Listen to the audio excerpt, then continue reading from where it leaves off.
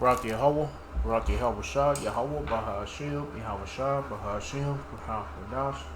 All praises, honor, glory, love, respect, faith, and power, and trust, and all credit to my Heavenly Father, Yahweh, and my Heavenly Big Brother, Yahweh Shah. Thank you so much for what you've done, what you're doing, and what you're going to do. Double honors to your apostles and elders and bishops of GMS, Great Millstone, who I learned from, and all the men scattered all over the world teaching this truth and nothing but the truth. In the name, spirit, and the power of Yahweh Bashim Shah. Time for the spiritual bug, you Hebrew Israelites' ears, you so-called black Latinos, the Hispanics, Native Americans, Seminoans, and you speckled birds. And what is a speckled bird? They be a Hebrew Israelite that look like some heathen nations, like for example, a Hebrew Israelite that look like a so-called white person, or so-called Chinese person, etc., etc. Got some videos lined up. Yahweh Bashim Shah bringing plagues upon his earth. I'm gonna play these videos. I'm gonna get into the scripture my best ability. Say whatever God say through spirit and power. Yahweh Bashim Shah, the Holy Spirit, the Kurhak, Badash, Lord, when it be on me, let's get it. Good morning, everyone. I'm glad you're here. Thank you very much for joining me, and thank you for your support. There was a very unusual earthquake off of Newfoundland, St. Pierre, early this morning, a magnitude 4.2. Definitely having a lot of earthquakes in diverse places. Yeah, this area doesn't get earthquakes very often, maybe one every 6 to 7 years. The last time they had a major earthquake in this area was in 1929. That was a 7.2, which caused a lot of death, a lot of damage. One, because it was a tsunami. It was caused by a landslide from that earthquake.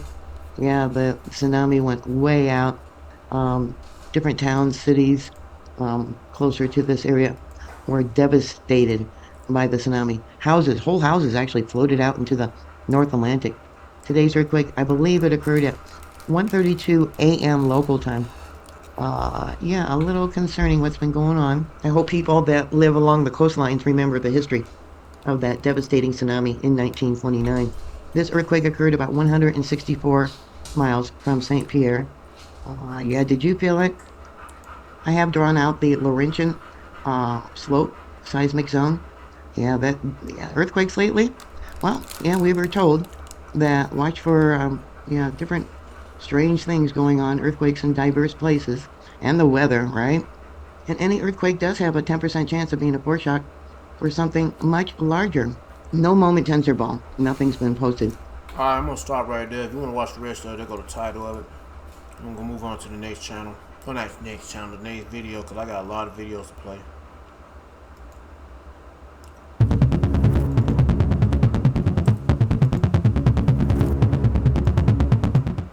This is what happens when the ground stops shaking and the water starts moving. Venezuela just lived through the worst earthquake in over a century. Then, days later, biblical flooding swallowed entire neighborhoods. And this is what it looked like from inside. June 24th, 2026, 6:04 in the evening, a magnitude 7.2 earthquake strikes near San Felipe in Yaracuy State.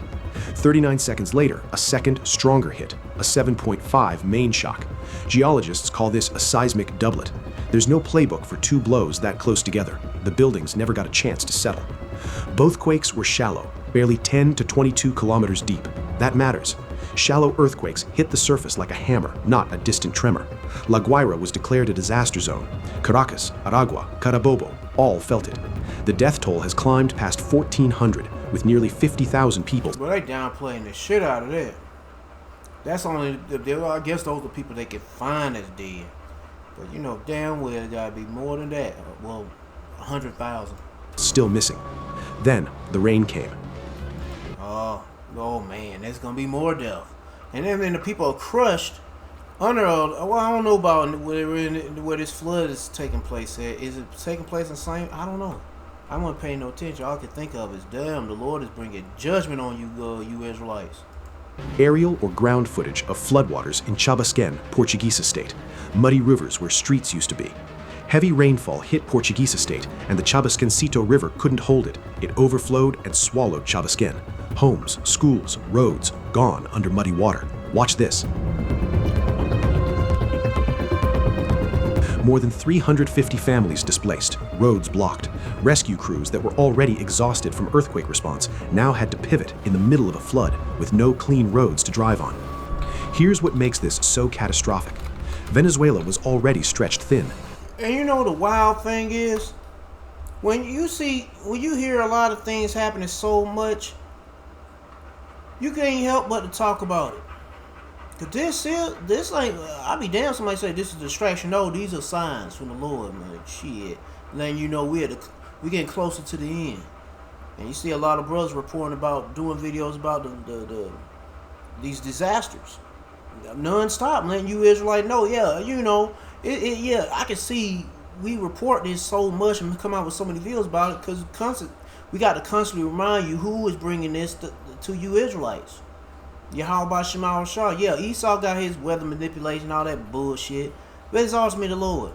Years of economic crisis had hollowed out Lord, if those machines really do work, the Lord is allowing this devil Esau, this damn nigger, to do fuck up some shit. emergency infrastructure, no robust supply chains, no surplus medical facilities, no redundancy in the grid. And then the Earth hit Boy, it looked like war hit that motherfucker. Shit. twice, and then Now I'm talking about some dystopia-looking environment. the sky opened up. Economic damage from the earthquakes alone is estimated between 4.7 and 8. And it's funny, you talking about these atheists. You got people who are atheists saying, that, man, this is biblical events happening. You damn skip it. Shit. But why? But then your ass don't believe in the Bible or believe there's a higher power. $7 billion. I was just watching a video about that. Well, one brother was playing a video about, what's his nigga name? The little Ephraimite dude, Manowski. He a reporter. He got his wife named Crystal Ball. She on some other news network, Newsbreak or so. But he don't believe in the Bible. He a Puerto Rican, so-called Puerto Rican nigga. Well, anyway. Over 130 aftershocks have rattled survivors since, and meteorologists warn the rains aren't finished. What you just watched isn't a one-day story. Venezuela is now navigating a national emergency with a population that has already been surviving on resilience alone. Shit. Na- See how resilient they are, because this is the beginning of sorrows and great mourning and death. Wait till the Lord really crack his knuckle. Just one knuckle. Shit. Wait to make that two knuckles. He gonna crack two knuckles. Or blink. This ain't shit to Yahweh Shema Shah. Let's get to the next. What's going on in Mexico?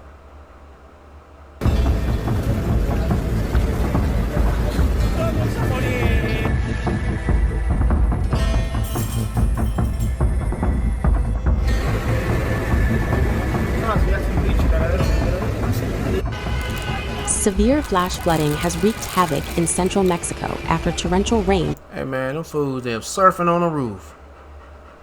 overwhelmed the city of Puebla, leaving roads Wow. underwater, damaging homes and vehicles, and claiming at least one life. A powerful storm unleashed intense rainfall over Puebla on Sunday, June 28th, triggering dangerous flash floods across the metropolitan area within minutes. Streets quickly turned into fast-moving rivers, submerging vehicles, inundating major roads, and trapping residents as floodwaters surged through neighborhoods. Authorities reported flooding at more than 16 locations across the city. At least one person was killed, while another was injured as emergency crews rushed to rescue stranded residents and assess the damage. The severe flooding also caused widespread disruption to traffic, damaged buildings, and public infrastructure, and left many areas inaccessible for hours. In response, Mexican authorities activated Plan DN3E, the military's emergency disaster response program, deploying personnel to assist with rescues, evacuations, and recovery efforts. Officials say the intense downpour overwhelmed the city's drainage system, a recurring problem during Mexico's annual rainy season. Residents have also been urged to avoid dumping garbage into storm drains, as clogged drainage channels can significantly worsen urban flooding. The National Civil Protection Coordination has issued fresh warnings for continued heavy rainfall across Puebla and neighboring states, raising concerns over possible flash floods, landslides, and overflowing rivers in the coming days. Recovery operations remain underway as authorities continue to monitor weather conditions and assess the full extent of the destruction.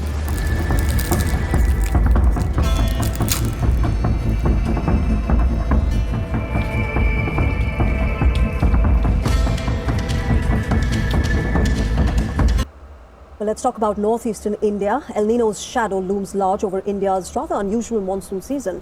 While delayed rains in large parts of the country are raising concerns over the impact on agriculture and water stock, heavy rainfall in northeastern India has resulted in floods. Meanwhile, in Mumbai, a school student tragically died and multiple others were injured after a tree uprooted due to heavy rainfall and crushed their school bus. India has been... Oh, that remind me. Remember when,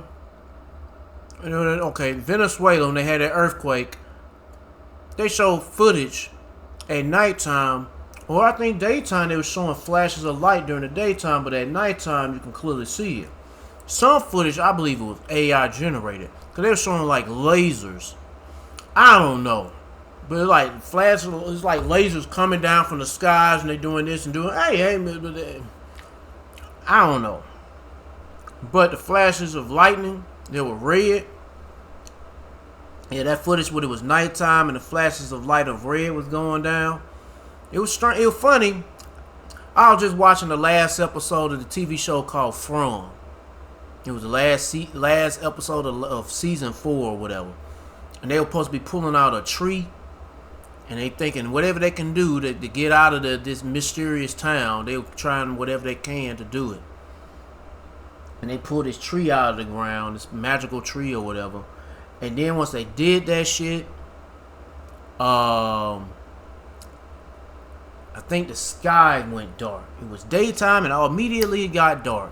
And then an earthquake took place. Yeah, an earthquake went down. And then, after that, like some minutes later in the show, the darkness went away and it was daylight. But then some minutes later on in the show, a thunderstorm that was just red lightning just showed up. And it was just a constant lightning, red lightning. You gotta watch the show. But anyway, it's like, damn, you just seen this shit when it happened in Venezuela. They had an earthquake and then all of a sudden a lightning storm with red lightning appears in the sky. And I just want to bring that up. And then, TV shows were filmed, but that show was filmed before that event happened in Venezuela. But anyway. Grappling with an acute rain deficit, and it has recorded its 5th lowest June rainfall in a period of 126 years. The country's official weather forecasting agency, the IMD, has revealed that India received 99.5 millimeters of rain in June as against the average of 165.3 millimeters. And therefore, the rainfall deficit stood at a staggering 40%, while July typically accounts for a significant share of the country's seasonal rainfall. The IMD has predicted that the next month rainfall will be less than 94% of the average. On the other hand, floods have caused widespread damage in the upper Assam region. As per the administration, 7 out of 35 districts in Assam have been affected by floods, thereby impacting 45,000 people. The state government has also set up 5 relief camps. Similarly, continuous rainfall has resulted in a flood-like situation in several areas of the state's Dhemaji district. Relief and rescue operations are underway at the moment. The situation in the state of Arunachal Pradesh has worsened as well, as heavy rains have battered the state over the past 5 days, damaging houses, roads, bridges, and public infrastructure. The death toll has increased to 4, while 21 others have been injured. Overall, more than 90,000 people across all 28 districts have been impacted. In fact, Sikkim has been grappling with heavy rain as well. For instance, the Beri Bridge in North Sikkim was completely washed away over the weekend following heavy rainfall. This disrupted road connectivity in the area. Meanwhile, Union Minister Jyotiraditya Scindia, who also looks after the development of the northeastern region, spoke with the chief ministers of Assam, Arunachal Pradesh, Sikkim and Manipur to review the flood situation. He assured them of every possible support from the centre. Anyway.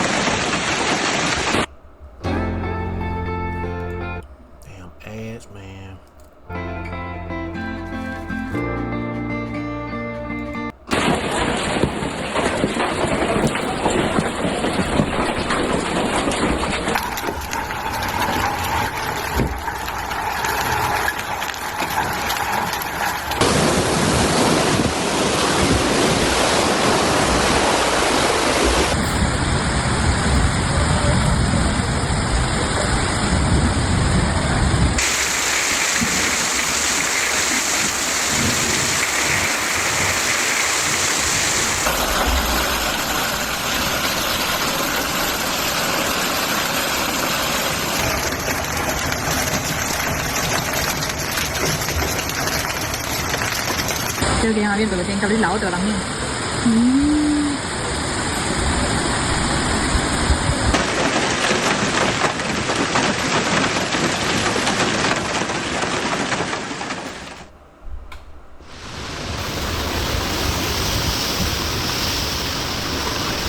Oh, this is in Italy now.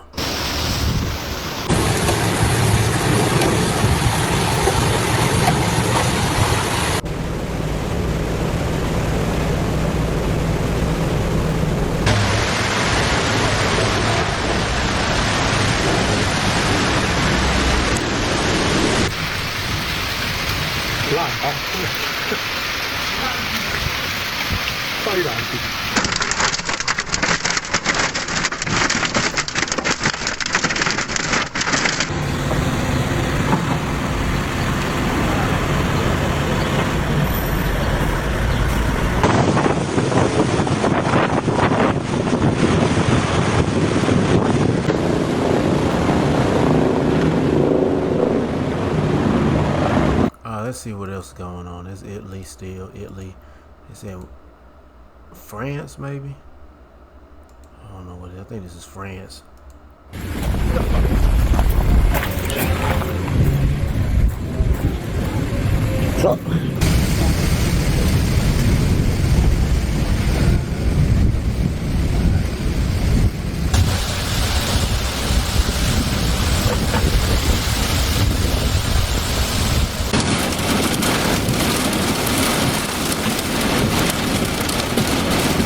Hier soir, nous étions au camping là, à Marwal, gros orage tornade vers minuit.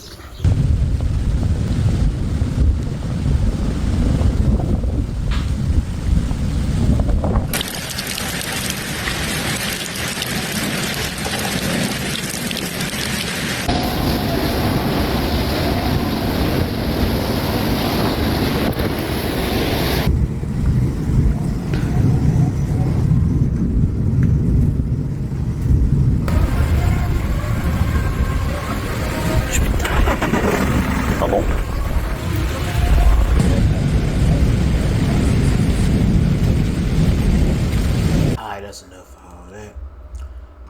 Yup. Plagues. Let's get some more.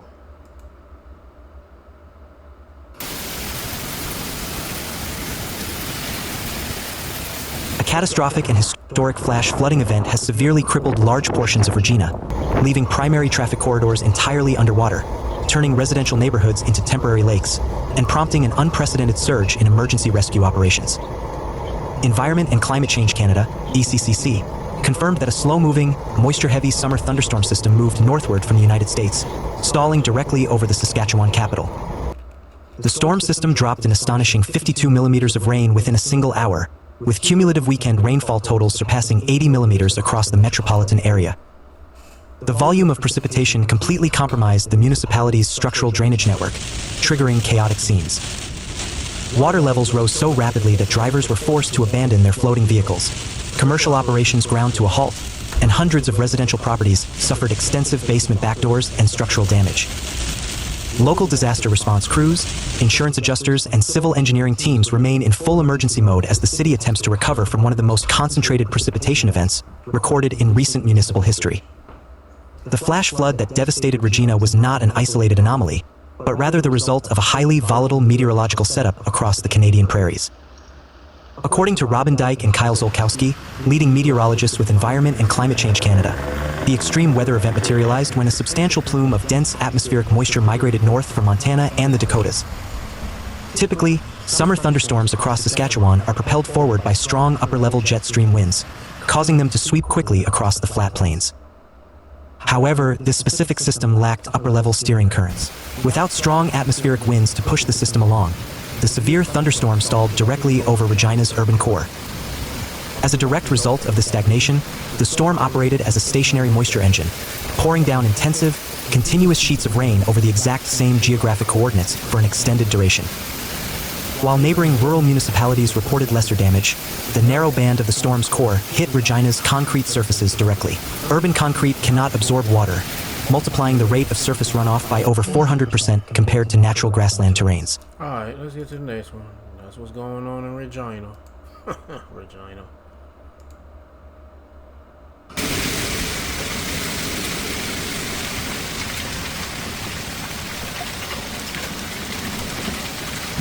A massive severe weather outbreak has slammed North Dakota, delivering destructive straight-line winds, baseball-sized hail, and multiple tornadoes across the region. The powerful storm system has disrupted daily life, leaving thousands of residents without power and causing widespread structural damage before tracking eastward into Minnesota. The fast-moving supercell thunderstorms ripped across the state of North Dakota, creating an expansive trail of destruction from the western plains to the Red River Valley. The dynamic weather system, powered by an intense low-pressure front colliding with high humidity levels, triggered multiple emergency activations and structural collapses across numerous counties. The atmospheric configuration began showing signs of explosive development late in the afternoon, prompting immediate action from meteorologists at the Bismarck National Weather Service. Isolated storm cells quickly evolved into massive rotating superstructures. The initial impact zone stretched across western and central North Dakota. In places like Mercer County and Dickinson, the leading edge of the storm system congealed into a terrifying bowing mesoscale convective system, MCS. Structural transformation unleashed intense straight-line winds comparable to land-based hurricane forces, with multiple storm chasers recording gusts topping 90 miles per hour. The ferocious winds flattened agricultural buildings, shattered storefront glass, and completely uprooted century-old trees. Travelers along Interstate 94 reported near-zero visibility as blinding rain and localized dust clouds turned the highway into a hazardous zone. Several semi-trucks were tipped over onto their sides by the sheer force of the crosswinds, forcing the North Dakota Highway Patrol to close selected lanes to facilitate emergency towing and debris clearance. As the system intensified and advanced eastward, severe rotation within the cloud bases gave birth to several tornadoes. Local law enforcement and storm spotters confirmed a dangerous touchdown just east of Bowbells, where an EF1 tornado damaged local grain bins and sheared the tops off mature pine trees, with winds estimated near 95 miles per hour. A highly visible white rope tornado was documented south of Berthold, keeping emergency management teams on high alert. Further south, near the Bismarck and Mandan metropolitan areas, radar-indicated rotation forced thousands of residents to seek immediate cover in interior basements. Public facilities, including municipal court buildings in cities like Minot, took the proactive step of opening their secure facilities to serve as makeshift emergency shelters for concerned citizens caught in transit. In addition to the tornadic threat, the storm system produced an exceptionally dense core of severe... What the fuck? Alright, well, let's get to the next one. I didn't know they'll do that. Let me go ahead and read Nahum chapter 1, verse 6. The Lord Yahweh is slow to anger and great in power and will not at all quit the wicked. Will not at all quit the wicked, yeah. So that would be the heathens, for all you heathens, and 2/3 of Israel, the wicked of our people. So we gonna feel, hey, for the righteous, the Israelites they're seeking the Lord to their best ability. Yeah, we gonna feel some of this, yeah, we gonna feel some of this stuff. But hey, we just praying, Lord, have mercy on us, give us strength to endure. Because this destruction is aimed directly towards you heathens and you 2/3 Israelites. The Lord Yahweh will have his way in the whirlwind and in the storm, the dust, and the clouds of the dust of his feet. Man, I'm ready for them to shut this bitch down. I gotta sneeze. Isaiah chapter 28 verse 2. Behold, the Lord Yahweh Shema shall have a mighty and strong one, which is a tempest of hell, and a destroying storm, as a flood of mighty water overflowing shall cast down to the earth with their hand. Let's see what else we got. We are going to begin, though, with dangerous heat spreading in the east and wildfires in the west. I want you to take a look at these flames in Colorado. Multiple fires erupted in the last 24 hours, and they are moving fast. Meantime, it is dangerously hot in much of the country. It feels like more than 100 from the Gulf to the Great Lakes. Jonah Kaplan is covering the fires, but we will start with CBS News meteorologist Rob Marciano. Rob, good morning. Hey, good morning, Nate. It is a beautiful morning to start here in Central Park, but that heat is building east, and now New York City is under a heat warning beginning tomorrow, along with dozens of other major cities. So there's a lot of red on this map, and you've got to just be careful and be responsible out there as you make plans into the holiday weekend. And we've got Des Moines, Chicago, Kansas City, St. Louis, record-breaking temperatures expected there. And this is different from your typical summer spell. This is a heat dome, which means there's high pressure at the top and bottom of the atmosphere, centered over land. So you've got sinking air, you've got that strong late June, early July July sun, and then you got humidity that continues to build over. So a lot of clear skies, and any sort of thunderstorms are really on the periphery of that ridge. So temperatures in the upper 90s measured in the shade, but with humidity. Those are the red numbers there. 106 Chicago, 105 today in St. Louis, 108 today in Detroit. That is dangerously hot stuff, and then it does slide off towards the east as we head through tomorrow. And look at the number of potential high temperature records tomorrow. Dozens of them from Toledo, Detroit, all the way up through Portland, Maine, and down into the mid-Atlantic states. Meanwhile, in the Intermountain West, critical fire danger again today with red flag warnings up in Arizona. Okay, I don't want to see all this meteorology shit. New wildfires have rapidly spread across tens of thousands of acres in western and southern Colorado. South of Colorado Springs, billowing flames destroyed buildings and forced more than 4,000 people to leave their homes. This video is from the Gold Mountain area, 200 miles southwest of Denver. Just look at the size of the infernos, burning parks and campgrounds. In another blaze near the Utah state line, fires moved too quickly for firefighters trying to build a fire line. In Utah, the combined area that's either burned or is now on fire is nearly twice the size of the city of Chicago. Green mountainsides have turned to black landscapes. Terry Underwood says she had to quickly evacuate her home south of Salt Lake City. It's hard to go away and to know you might be coming home to nothing. Underwood's husband, Dan, has been a firefighter for 18 years. He was on the front lines battling quickly approaching flames while she stayed with other family. We didn't sleep much, that's for sure. I was worried about my husband, you know, his safety. They've since been allowed to return, and fortunately, their home is still standing. This fire, even if it did destroy buildings, it could never take away your resolve. No, because if you have your family, that's all that matters. No, all that matters is Yahweh Shema Shah. Yeah, your family comes last. Shit. Most times, shit, fuck your family. Here's the Lord that's first. Yeah, you gonna say that because some people ain't that close to their family. But still, the Lord comes first. Building can be rebuilt, but your family can't. There is some good news here in Utah. Alright, let's move on. Let me read another scripture. Isaiah chapter 29, verse 6. Thou shalt be visited of the Lord Yahweh of hosts with thunder and with earthquake and great noise, with storm and tempest, and the flame of devouring fire. What is this? Oh. Alright, next video.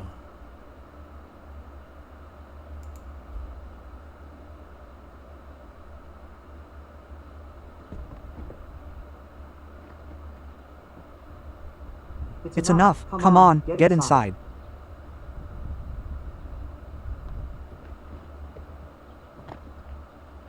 I'm struggling because of the water, because there is no water. That water well is 50 meters away from us, and we have no water. And the tankers and trucks, they are charging $30 for a liter, man. And we don't have the means to pay. And everyone is suffering. Everyone is fighting just to get a drop of water.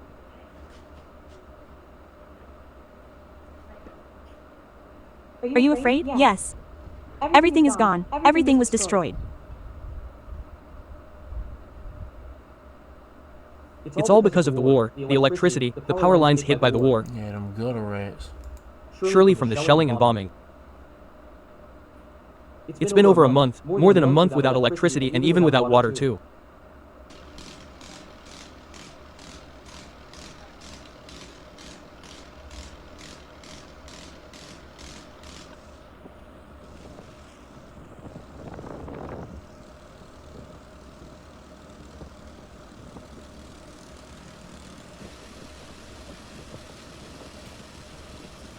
Whenever they want, we are living now under their occupation.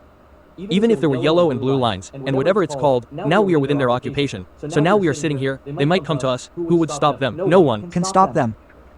And that what happens when the earth is getting to the hands of the wicked, or when the wicked bear fruit, the people mourn. These rats wearing small hats, they terrorizing everybody, but soon everybody gonna turn against their ass. Yeah. Here. They are now down in the street.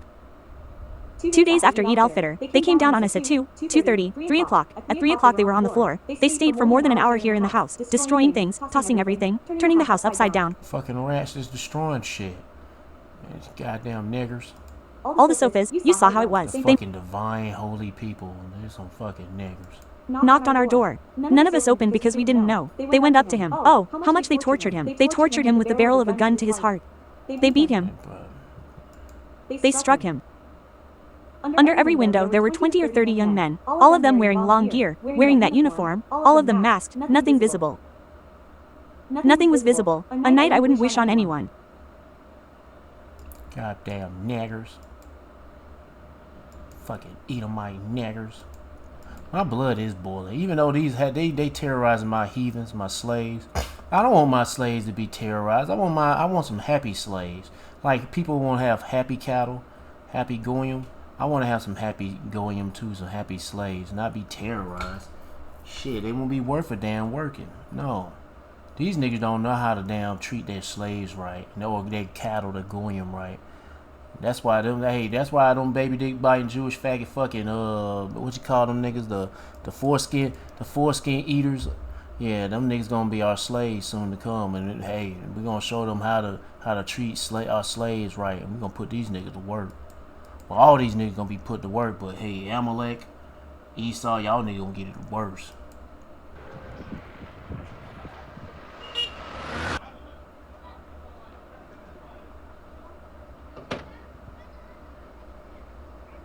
I mean, I don't know why they kidnapped them. That reason we still don't know why. Probably to rape them.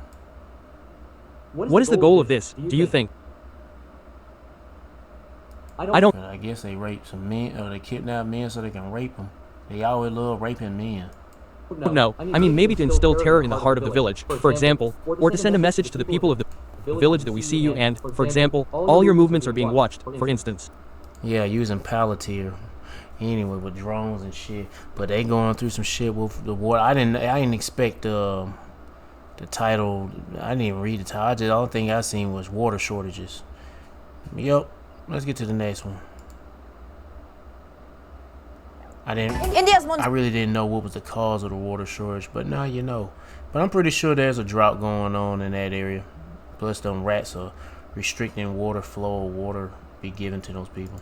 Soon, a core lifeline of its economy is stumbling. The month of June, which is usually the first month of the rainy season, is now on track to become one of the driest in over 100 years. With a massive overall rainfall deficit exceeding 40%, concerns are growing over farm output and water shortages. India's rainy season had a shaky start, with the southwest monsoon remaining far weaker than normal. A report claimed that the country has received just over 92 millimeters of rain in June. That's against a normal of nearly 158 millimeters. And even if a decent level of rain was recorded today, which is the last day of the month, total rainfall for June would only reach about 100 millimeters, which would be abysmally low when compared to earlier figures. The countrywide figures are equally worrying. According to reports, central India has recorded a rainfall deficit of 54%. That's followed by East and Northeast India at 41%. Then came Northwest India at 30%, finally Southern India at 28%. But why did India witness this deficit this year? According to meteorologists, this unusual pattern, where all four major regions of the country faced rainfall shortage at the same time, could be linked to a strengthening El Nino. The El Nino is a climate phenomenon marked by the warming of surface waters in the... The plague of Yahweh Shema Shah kicking people's asses is operated by, or formed by this and that and that and this, and I'm like, anyway, all that fucking science bullshit. Central and Eastern Pacific Ocean. It often disrupts global weather patterns and is known to weaken India's southwest monsoon. So even as rains arrived in southern India's Kerala on June 4th, it struggled to advance further, and the impact is already showing. The delayed and weak monsoon has already hit Kharif crop sowing, with farmers planting significantly less land compared to last year. According to the latest data released by the Indian government, the total area under Kharif crops stood at over 182 lakh hectares as of June 25th. That's compared to over 236 lakh hectares during the same period of last year. That's a decline of over 22% in Kharif sowing. As a result, crops like soybean, cotton, and rice saw sharp declines in sowing area. The monsoon is crucial for India, and a weak... No, wait a minute. They talking about monsoon. Whatever happened to talking about the drought? Start can trigger ripple effects from lower agricultural output to rising food prices and pressure on water reserves. There is some relief in sight, however. The India Meteorological Department, or the IMD, has said rainfall activity is expected to pick up in July. Heavy to very heavy rainfall is predicted at many places with extremely... Well, we already talked about that shit, about rain and monsoons. I thought they gonna start talking about the drought. Well, they got like this shit broken up. I guess they still talking about monsoons. Yep, still talking about monsoons. Well, I'm on the part where they're talking about heat waves and droughts. India could soon help Europe in keeping its cool. As record-breaking heat waves grip the continent, demand for air conditioners is soaring. Yeah, I seen the thumbnail. I didn't read the title of the last video. The thumbnail showing somebody look like they going through with this drought. Ground's all dry and crusty looking. But they talking about monsoons, rain. Anyway. For decades, much of Europe saw ACs as a luxury, and now they are becoming a necessity. It actually is a luxury. Shit. It was funny. I was joking to myself. Well, I had my dog in my room. I had to close the windows up. And I was like talking to my dog, like, what, you want to go outside, bruh? You don't want to live in this, you don't want to be in this luxurious, you don't want to feel the, how to say it, you don't want to feel the luxurious AC blowing in this room shit. You rather be out there in the damn heat, smelling musty and shit. Come on, bruh, what wrong with you? She wanted to go outside? Cool. I won't have to smell her ass in my room. Shit, I'm stinking, but I gotta get that dog a bath, bruh. And India's leading AC makers believe this could be their biggest export opportunity yet. Europe is sweating through one of its hottest summers on record. Temperatures are crossing 40 degrees Celsius in several regions. The heat wave has killed more than 1,300 people across the continent. I'm guessing a lot of people will be losing some weight. I don't know. Probably not. A stubborn, high-pressure system combined. I mean, with all this high heat, you would think people might be losing some weight. Maybe. With oh yeah, but you know what I'm talking about. They ain't gonna probably be eating like they normally would, especially when there's food shortage hit. Long-term climate warming is driving the relentless heat. From Spain and Italy to France and Greece, the heat refuses to ease, and the impact is being felt everywhere. These temperatures are hard to bear with, especially with elderly people and young babies. They have the most difficult time now. I have this small fan. I was just heading towards that device that was placed here at Piazza Uniri for cooling, and I will go home. I will barricade myself somehow in my room and switch on the air conditioning, and until tonight I will stay at home in peace. I just came from work, and yes, that's how I will cope with this heat, and a lot of hydration. Wearing some short-ass skirt, whatever the hell that is. Yeah, I like seeing some women's legs, but anyway. Homes are heating up. Offices are struggling to stay cool. Power demand is surging as millions switch on cooling systems. Aging electricity grids are coming under pressure, and across Europe, one product is suddenly in huge demand: the air conditioner. What was once considered optional is now becoming essential. I came quickly. I haven't even had my coffee this morning. I run here to buy an electric fan, maybe an air conditioner. But really, there aren't any left. And it's pure coincidence that I have this electric fan because someone left it aside. Everything was gone in less than 30 minutes. Everything was over there. As for the sales of electric fans and air conditioners, we have really high demand that comes with the current heat outside. We have had a good increase for the last week on electric fans and air conditioners.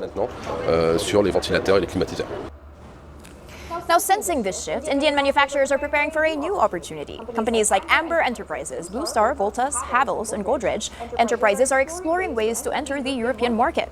For years, Europe has relied largely on global brands from China and South Korea. Anyway, I'm gonna hear all that shit. They getting their ass kicked by that heat. Well, ultimately by the Lord's plagues. What's the next one? More heat wave talk. Heat wave. I just think about that group, the funk group. I forgot what they were singing. Anyway.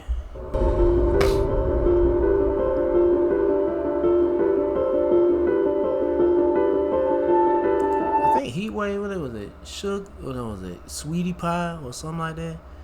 Cutie Pie, you the one turn me on. Can't get enough. I think that's that group.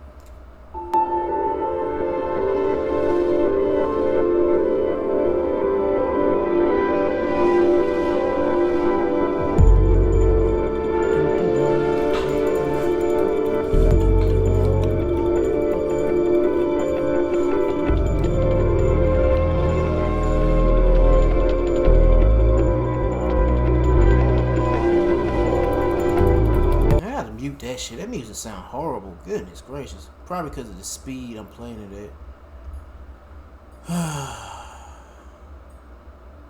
Alright, I'm gonna turn it back on.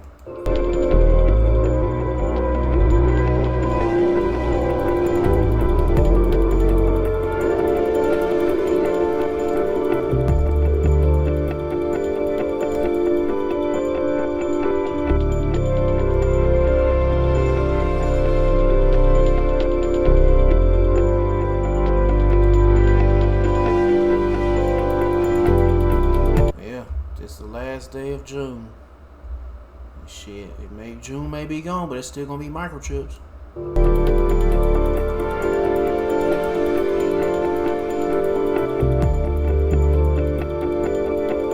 hope this is the last June, man. Let's get to the next one.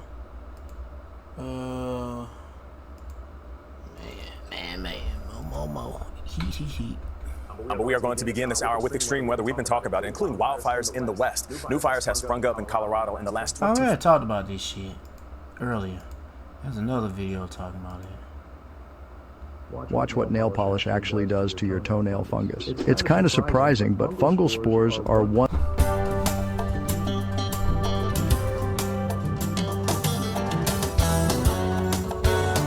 In the field updates on Market Journal are supported by the Nebraska Corn Board. But let's begin with that destructive storm. Doug Sadoff, a farmer near Trimble, Nebraska, kind enough to visit with us about the destruction that storm left. Doug, sorry to see the damage that occurred over the weekend. What happened? Take us back. Well, I guess we had a big storm come rolling through Saturday evening, about 8:30, and we had a lot of hail, and of course we had wind or a tiny tornado. If I knew it was, I thought this was related to heat, but I could have put it up there where they was talking about Nebraska. This one right here. Oh, well, I'm gonna still play it. Or something happened here. Hey man, more shit like this happen, it can mess up. Hey, let me get that scripture. Heck yeah. It mess up, put a wrinkle in these farmers' bubble. Heck yeah, Lord plaguing the shit out of miracle. Let me see. Where we at? Is this the one? Yeah, 2nd Ezra chapter 15 verse. Well, actually it ain't the one I was looking for, but I'll read it anyway. 2nd Ezra chapter 15 verse 13. They that till the ground shall mourn for the sea. Yeah, actually this is it. This is more to it that I don't normally read. Yeah, this the part I normally read. But I will bring them with a mighty hand and stretched out arm and smite Egypt with plagues as before. Talking about here the miracle, because this is modern day Egypt. The Egypt back then, it was ancient times, and of course back in that time they were plagued. But here we are again, and this is modern day the miracle, modern day Egypt being plagued, and will destroy all the land thereof. Egypt shall mourn, and the foundation of it shall be smitten with the plague and punishment that God Yahweh shall bring upon it. They that till the ground shall mourn, for their seed shall fail through the blasting in hell, and with fearful consolation. Woe to the world and them that dwell therein. Yeah. All of our grain bins out, and a lot of pivots got flipped in the area. You said it best in social media post after. You kind of want to avoid the month of June for storm-wise. Fortunately, these things tend to happen when the storms build up. How big was the hail? How strong was the wind? So probably a good thing we were not at home at the time. But I can see divots in my lawn that are at least golf ball, maybe is a little bit smaller than golf ball size hail, and a lot of it next day we still had a pile of them blasting in hell. Hail sitting in the corner of the house there, and then the winds. I don't know what they probably got ahead to be 80 miles an hour at least. Certainly wrecked the bin site behind us. What did this look like Saturday morning for what we see now? What was your setup? Oh, we had, our pit is right here where we always dumped, and I went into this wet bin. And from there we transferred. We had 6 other bins sitting here that we could transfer. We had a tall leg and stuff, and it was, it wasn't a perfect system. We purchased this in 2009, came up for auction, but we've made some improvements along the way, and it worked for us, and it was nice to have. Made a harvest kind of go faster, and and bins, if you use them right, you can make a little money, maybe hopefully in the summertime. But now, it's a mess right now, and it's going to take a while to clean up. We got like 2 grain bins laying in the neighbor's cornfield right now. So. You did have some corn in one of these bins. Yeah, it was Far East bin. We still had about 15,000. I think I actually should have had more in there because we just started pulling out the other day, and it's a 30,000 bushel bin. So yeah, we got her empty. We got it figured out. Got some electricity back on to get her empty. All right. Well, anyway, that's gonna affect the food. It ain't just him, but it's many others. Shit, that's that famine of the bread, just adding up more and more. Let's get some more news that's affecting food. Time now for a look at the day's top business news with Brian Quinn. Hold on. Is this the one I just played this shit? I wasn't sure. Matter of fact, I'm gonna play it. I ain't gonna play this one. Iowa is the largest grain producer in the country, pulling in well over 2 billion bushels annually. Once harvested, farmers turn to grain elevators for storage. KC United News reporter Alex Rivera learned of 2 that are closing here in Siouxland, and it's our top story at 10. Thanks, Josie. A co-op meeting was held in Grainville, attended by farmers and board members of Ag State to discuss the reason behind the closure. I just want to know the terms of what they're doing, why they're doing it. Got to figure out what to do with my grain now, where I go with it. Farmers arrived to the closed-door co-op meeting in Granville with questions surrounding the closing of 2 grain elevators, one in Marcus, the other in Granville. This ain't got nothing to do with natural disasters, but they closing this bitch up. And it involved grain. Farmer Paul Stoll wondered before the meeting if the co-op would support them with storage. I can go to Hospers, but it's going to be playing Russian roulette going across that highway. It's not big enough to sit in between with 2 wagons and a tractor. Farmers say several events led to the elevator's closure. It didn't surprise me. One farmer from Owens says he knew something was up after a summer storm. They had a big band blew down here last summer in a storm yet, and they didn't put it back up. So that's part of the change. Another farmer had his own theory behind the closures. Lack of business, the dairies, the ethanol plants in the area took a lot away from them. A press release from Ag State reveals the closing of the grain portion of Grainville and the stoppage of corn bushels at Marcus comes as a result of market dynamics, economic pressures, and member equity protection. The locations will continue to operate moving forward with all agronomy and energy services as normal. Reporting live in studio, Alex Rivera, KCAU 9 News. Yeah. You know what? Let me go and play this. I shouldn't have played these 2 videos that's talking about heat waves affecting farmers or crops. Shouldn't have played that earlier, but let me see what this is about. L'Oreal Paris Infallible Setting Spray. Stay set through sweat. Look at this motherfucker. You know clearly we in Egypt. You got a grown motherfucking nigga with makeup on. Shop now. Fucking confusion. Find the answer to the question you keep asking yourself. Canned fruit, just another thing millennials are killing off.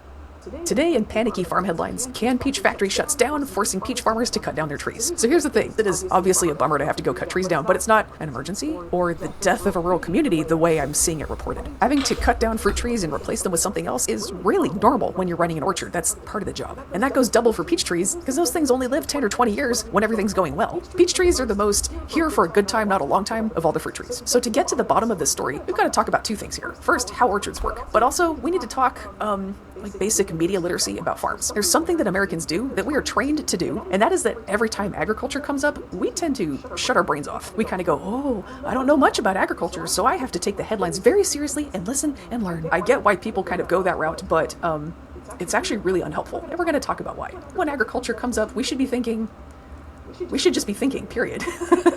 For example, if we hear something like factory that puts peaches in a can is getting shut down, we could think, I guess I don't eat canned peaches as much as I used to. That's thinking, right? You don't have to know anything about agriculture to think at that level. Americans are just eating less canned peaches. That's why this is happening. It's not that weird. And peaches that we use for canning are not very good to eat fresh. I think about the kind of texture that it takes to make it through a high temperature, high pressure canning process. That's not a peach that's going to be pleasant to bite into.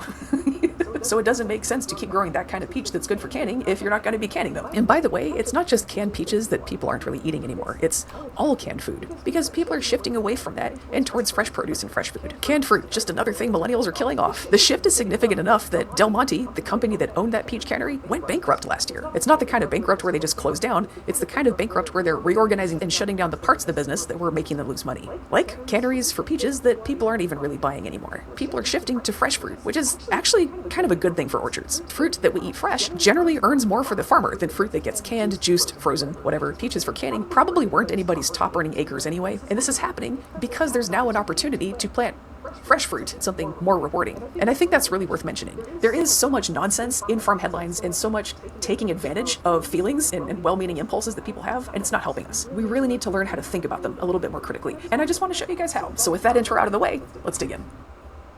5 things that I think are really important to know here. When most people hear orchard, they think long-lasting, Okay, I don't want to play no more of this. I was just curious about what she gonna talk about. I'm already about tired. If you want to watch the rest of it, go to Tyler Lego channel. Let's get back to just more destruction and high prices on food, famine, and all that other stuff. Time now for a look at the day's top business news with Brian Quinn. Hi, Brian. You're starting in the EU, where top officials are seeking a trade reset with China. So EU Trade Commissioner Maros Šefčovič met with Chinese Commerce Secretary Wang Wentao Monday in Brussels. Okay, they about to get in somewhere. What the fuck? And they can't talk about what's in the title. No. I think that's it. From tomato. All right, and finally, for business, France's recent brutal heat wave was not only deadly, but it's also set to cost consumers at the grocery store. So, Kara says we know at least 1,000 people tragically believed to have lost their lives due to last week's heat wave. That tragedy now is set to be compounded by economic pain, as the country's agricultural sector has already taken a major hit. From tomatoes cooked on the vine to scorched cereal crops, man-made climate change is already causing serious damage. The Lord's plagues are causing serious damage. I know fucking climate change. To farm production, with shoppers likely to pay the price at the checkout aisle in the coming months. Our colleagues at France Télévisions and Elita Gadeva have the details. The heat wave has devastated these farmers' crops. Last week, temperatures in this greenhouse were around 60 degrees. Although they look intact, her tomatoes are actually burnt. Normally, That should look good. the skin shouldn't peel off, but now it does. Oh. That makes them unsellable. She could lose up to half her production, or around 150,000 euros. Prices usually drop for the summer season, but not this year. This year we won't be lowering the prices because that will allow us to get back at least some of what we lost. Tomatoes are more expensive at the farm, and that higher price is showing up on supermarket shelves. Major retailers warn that lettuce, radish, and even melon prices could also jump in the coming days. And it's not just a temporary high. These prices could be here to stay. The heat has also hammered cereal crops. Take corn, for example. Its price has soared. Before the heat wave, 1 ton sold for 203 euros, while today it's 225 euros. And corn is essential for feeding livestock. The rise could therefore have an effect on meat prices. At this stage, farmers who use corn will have to pay more for it. As a consequence, this may lead to an increase in production costs for farmers. But for the moment, the final consumer hasn't felt the rise. But by the end of the year, customers in France might start paying more for meat as well. Agriculture, of course, a very important sector for. I had another video. I didn't know that was pretty much the same. One was like 1 minute long. I went ahead and deleted it. Grocery stores like this one in Cornwall are keeping food waste out of dumpsters by sharing it with local farms. It helps stores cut down on waste and helps farms cut down their costs. You know, America, they don't do that shit. Yeah, they gonna immediately throw food away, and it can still be good. And the grocery, I used to work at the grocery store months ago, and them niggas, they'll be throwing away perfectly fine food. These niggas want to give it to the workers. It'll be like shit. And sometimes they probably throw them away because it's a recall. I've been in this business for 30 years, and I've seen a lot of stuff go in dumpsters, and we don't throw any food waste in dumpsters. We support our food banks for everything that's consumable by humans, anything that's still got nutrition and good for animals. We go through this program with it. The program, called Loop Resource, pairs grocery stores with farmers. Good Store was the first on the island to sign up, and now it works with 9 different farms. The way food insecurities are this day and age is we can't throw stuff out. It's, you know, as long as it's still got good life, we got to do something with it. We reduce it in store if we can for people to get it at a cheaper cost before it's best before. We then freeze it before it goes bad so we can donate it to food banks and local fridges. And if it gets past that, then we donate it to farms to use it for their animals. Good says it's the socially responsible thing that all food producers should be doing. Local farmers get to see the results. It's a very satisfying feeling when you load your truck up with all of this food and know that you're saving it from going to a landfill, and then seeing the animals, like, they get so happy. So it's just really joyful, and it's a good feeling knowing that you're helping create a difference. McDougall says it's not just stores and farmers that benefit. Shoppers do too. Cost of feed for animals is high. I mean, people wonder why the price of meat goes so high. It's directly related to the cost of food. And so being able to kind of save some of that money to reduce the cost that it is for us to raise the animal can then provide cost savings to people who are purchasing the food on the other end as well. Good says he thinks all stores should get in on the program and that it doesn't take much work. McDougall says she'd like to see the program grow on PEI to get food out of landfills and into animals' bellies. Gwyneth Egan, CBC News, Cornwall. Yeah, not much talk about famine, but it's still going to go down. Let me go ahead and read something. And eventually, hey, this giving of food to food banks is coming to an end. Yeah, it's coming to an end. Damn, I'm typing in the wrong stuff.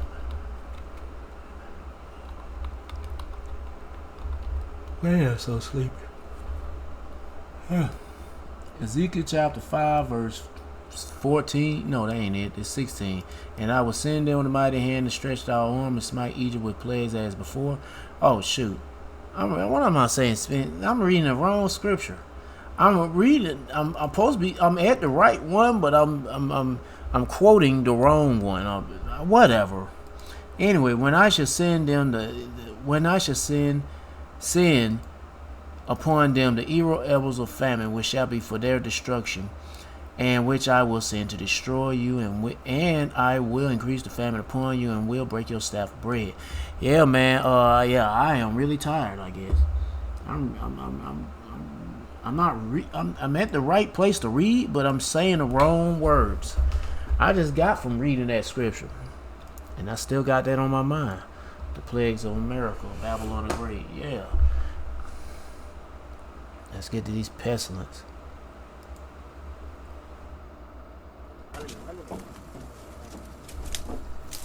Las enfermedades animales, las plagas y los retos de la seguridad alimentaria no conocen fronteras. Frente a esos desafíos, la mejor respuesta es sumar capacidades, compartir experiencia y construir soluciones comunes. Pues para nosotros que tenemos las pérdidas a la mano, pues es tardía que lo vemos, pero bueno, espero que ahorita tenga ya conocimiento bien toda la problemática que existe y vengan los apoyos que necesitamos en el campo. Ahora sí que el respaldo del gobierno para que erradiquemos nuevamente lo que es ahorita lo que es el gusano barrenador. Screwworms, ticks. A rare tick-borne virus is appearing far more often in the US Northeast than it once did. Researchers say it can be linked to a 1958 case in which a 4-year-old boy on a farm developed severe neurological symptoms and died within days. The disease, in fact, is named after the Ontario town near where it was first discovered. Data showing that the virus, which was earlier considered an obscure medical anomaly, have now reached historic highs in the US. Previously, the US averaged just 7 to 8 diagnoses each year.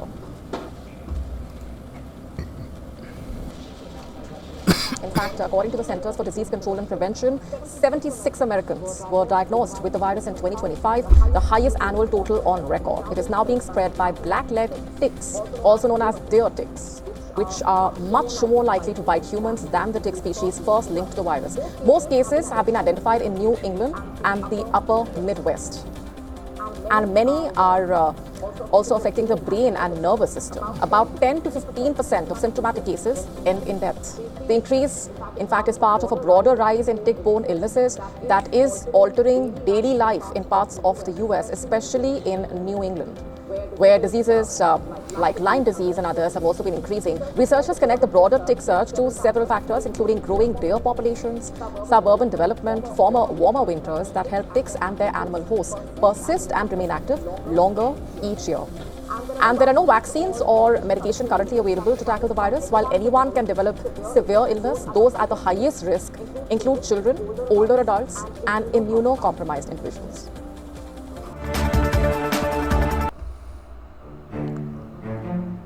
Ants.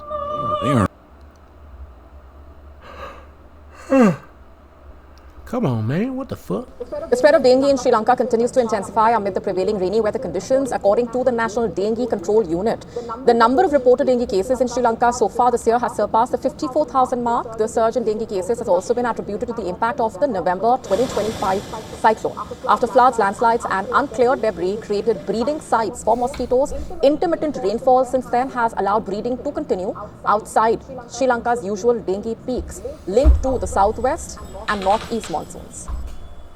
Poor waste disposal has also weakened control efforts, with discarded cups, cans, bottles, other containers continuing to collect rainwater. Sri Lanka's dengue outbreak has taken a worrying turn, with June alone recording 20,348 cases, a staggering 137% increase from May, in which 8,590 cases were reported after remaining relatively stable between 5,600 and 7,900 cases from January to April. Infections surged rapidly in late May. The dramatic rise in June signals a rapidly worsening public health crisis in the region. Yep. We get to Matthew chapter 24, verse 7. For nation shall rise against nation and kingdom against kingdom. And got wars going on, global wars, local wars, and there shall be famines and pestilence and earthquakes in diverse places. All these are the beginning of sorrows. Let me get that last video. I don't know what this is about. We're going to play this one about mosquitoes, genetically modified mosquitoes. Let's get it. Google wants to, quote, stop bad bugs with good bugs. What about the mosquitoes? Because it's like, it's like, okay, the COVID campaign didn't accomplish what they wanted to, perhaps, or maybe it did. So now they're dumping ticks everywhere, and here we have the release of these mosquitoes, right? So this is Google. This is recent news that Google requests permission to release 32 million mosquitoes in California and Florida. And I know that there's a company that Gates has been involved with has already released mosquitoes, I think mostly in Florida. But what do you make of this? Actually, I'll read this first paragraph to you. It's helpful. It says, Google wants to, quote, stop bad bugs with good bugs. And it's not talking about coding. The tech company has asked the U.S. government for permission to release up to 32 million sterilized mosquitoes in California and Florida. As a part of its successful debug program, Google is tapping into its tech expertise to raise an army of sterile male mosquitoes to lower the number of illness-spreading bugs. So, yeah, I mean, how do you look at this next to the ticks, next to everything else? What do you think is really going on here? Yeah, this is a very bad idea. In fact, Google. Anything that even Esau's saying this shit is a bad idea. Google, tech company, working on web browsers and AI should not be conducting, and this would literally be one of the largest open-air biological experiments in U.S. history, right? So they should not be doing it. So what happens is, it's actually 64 million mosquitoes. It's 32 million per year, and so it's 16 million across 2 years in both California and Florida. So it's 64 million total. Google LLC is literally on the EPA docket filing this. It is Google through their debug initiative. And so what they plan to do is release the 64 million Wolbachia bacteria infected mosquitoes. What they say this will do is the males will be released, mate with the females, but the eggs won't hatch. And so they tested this before in Fresno in 2018. It did suppress the mosquitoes temporarily, but as soon as they stopped, all the mosquitoes came back. So not only does it only work while they're doing it actively, so that means they literally will require a subscription service. They want to get these states hooked on these annual or biannual releases of millions of mosquitoes. So that's the one concerning part. The second concerning part is it can result in irreversible ecosystem disruptions, right? So when you artificially suppress an entire species of mosquito, we have to remember that bats, frogs, fish, and birds all eat these mosquitoes. So you literally eliminate an entire food item for them, and that can cause other severe downstream effects, migration. Some of them might leave. You might have other invasive species fill the gaps, and you're just altering the balance of nature. And again, that could be permanent with these large releases. And so, yeah, it should not happen. Google should not be playing God. And but yeah, it appears it is. You can't tell that nigga nothing, man. He gonna keep doing what he do because the Lord programmed him to be that way. That's why he got to be stopped. But if he doesn't, hey man, if the Lord don't stop Esau Amalek from being a damn devil on the earth, no flesh should be saved. Matthew chapter 24 verse 21. For then shall be great tribulation, such as was not since the beginning of the world to this time, nor ever shall be. And except those days be shortened, there shall no flesh be saved, but for the elect's sake, those days shall be shortened. So the Lord is speeding up time for his elect. And not for nobody else, but there will be no flesh. And it's definitely for his elect not to be here, but nothing won't be here on earth because of this devil just fucking everything up, throwing the whole balance of what is it, the ecosystem. I don't know what to call it. I'm tired, bruh. I'm about to go to sleep while I'm doing this video. I'm got my eyes closed like I'm about to go to sleep while I'm doing this video. I'm talking while I've got my eyes closed. I'm that damn tired. I shouldn't be this tired, but I am. But I'm so tired of this damn world and these damn proud ass people. But anyway, let me get back to the video. I ain't gonna play too much of it. If you want to watch the rest of it, they go to the title of the video, they go to the channel. Some sort of business model. They want to just get states hooked on it. It's kind of crazy because you think about these companies and you think about just your way of life in America, and it sounds so magnanimous. So, we're going to do this thing to get rid of the mosquito population. Like, everyone hates mosquitoes, and it's like, oh great, wow, you're going to do all this mosquito stuff to get rid of the mosquitoes. And obviously there's the for-profit angle. If they can get again like government subsidies to pay for this, hey, we're helping out the the citizens of America by doing this. But I know that in the past that whether obviously it was ticks, but also they'd have Operation High Jump. There's been a lot of different operations where they've specifically used insects as carriers for diseases. For in essence, they're turning bugs into biological weapons. And if I remember correctly, they did some pretty large-scale testing of these mosquito dumps down. I think it was in Brazil, with one of the companies that Gates was involved with. And if I recall, like after the experiment, they had spikes in a lot of the kind of mosquito-borne illnesses. I think it was Zika was one of the ones in particular that they saw. Yeah, because they injecting those damn mosquitoes with some kind of fucking biological weapon. And they got and what they said they wanted to do, vaccine shots. They must genetically modify the mosquitoes to carry around these vaccine shots, substance that's like a vaccine. I don't know, man. I tell you, man, these niggas got to go, man. This nigga need to go, man. Esau's a fucking punk ass nigga, man. I can't stand these motherfuckers. They fucking up the planet, the earth. They even fucking their own people up. It's absolutely ridiculous. These niggas are a bunch of damn dumbasses. And they fucking up the planet that they live on. These niggas are suicidal, bro. It's like, you gonna want to keep the whole earth clean, but then you want to fuck up the majority of the earth, but keep a small section of it for yourself. What kind of stupid shit is that? Why don't you just keep the whole earth clean, nigga? Promote that shit, you dumb monkeys. But they don't want to do that. Man. And you got these stupid ass low level devil. Y'all niggas a bunch of... You allow your own people to fuck up the planet that you live on. And all you want to do is you got your eyes, you fixated on blacks, Latinos, Hispanics, Native Americans. You a bunch of dumbasses too. Not all you are fixated on us. Some of y'all could be Israelites. Some of you could be people of other nations. But goodness gracious. You can't wait. Hey, the Lord got to come, man, and save the world, man. Save his elect. You know what? I'm done with this video. I'm about to go to sleep, bro. Man. But all I can tell you, man, it's about to get crazy out here. And you want to pray like heaven, Lord, be with you. Because if the Lord ain't with you, your ass dead. Well, yeah, no flesh should be saved. Yeah, these the players of the Lord. And the Lord, hey, when it come to the Lord allowing Esau his whooping stick, hey, the Lord got his whooping stick doing some stuff. Anyway, seek the Lord by seeking his prophets and take heed what to say and try to build a spiritual mental relationship with Yahweh Shema Shah by praying Yahweh Shema Shah, praising Yahweh Shema Shah, worshiping Yahweh Shema Shah, fearing Yahweh Shema Shah, and repenting to Yahweh Shema Shah. To all the men out there pushing this truth and none but the truth in the name, spirit, and the power of Yahweh Shema Shah.